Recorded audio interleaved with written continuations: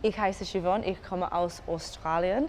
Ich habe zwei Staatsbürgerschaften. Ich bin Österreicherin and auch Australierin. For me, before I gained the citizenship, it was always like, that's my heritage, this is the now. I'm Australian, I've got all this heritage.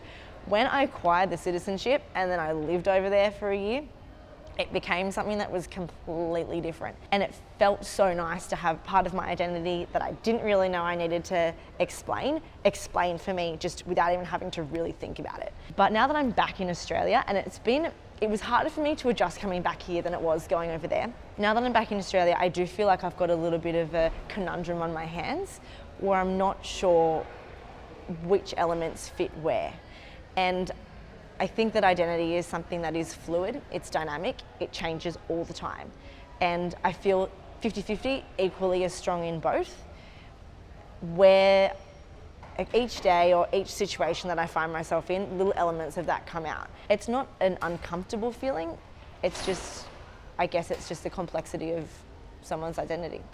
Whenever, and even from the first time when I was 8 years old, and whenever I land in Germany or Austria, I have this overwhelming sense of relief that I've never really been able to describe.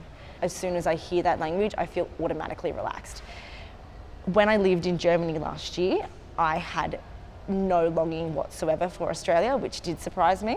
I felt like a part of my identity when I was living in Germany made sense, and it was a part of my identity I didn't even really know that I needed to make sense of. It's quite interesting because the more that I look into this kind of space, the more I realise that it's very different for every person, and there's no blanket answer. There's never one simple answer of like, oh, I'm definitely this. So my grandmother, who's also lived in Australia for about 60 years, she became Australian as soon as she could and gave up her German citizenship. My grandfather is Austrian. He just, for whatever reason, can't give up his Austrian citizenship.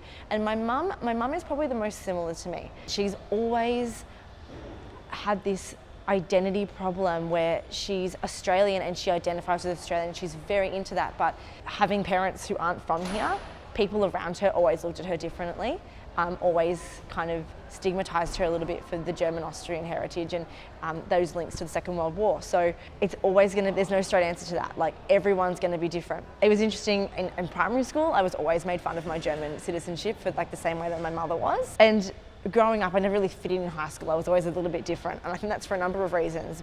But one of those reasons I definitely think was because I had this extra element to my identity and to my life. I feel like when you come from an island nation on the other side of the world, it's very easy to get caught up. Or not really caught up, but just comfortable in one setting. For me, I've never been comfortable in one setting because there's always been 2 or 3 that I belong to. So it definitely does impact the way that I interact with other people, and I think it's more a subconscious thing, but definitely there.